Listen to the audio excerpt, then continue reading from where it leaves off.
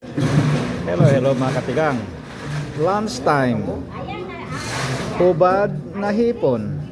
Ulit.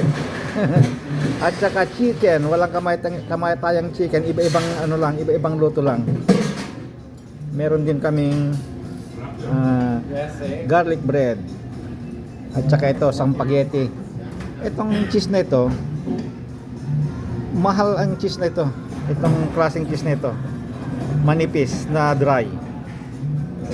Kagaya ng goat cheese, mahal din yon. Kaya lang yung goat cheese kasi parang bulok na pagkain, mabaho, may pait pa. Ito malinamnam, ito matamis ito, masarap niya. Matamis, malinamnam ito, kaya mas gusto ko ito, malinamnam ito. At saka ang aking panulak ay soda. Wala, no choice maraming juice dyan. Ngayon ko rin mga juice din. Siyempre may preservative din yun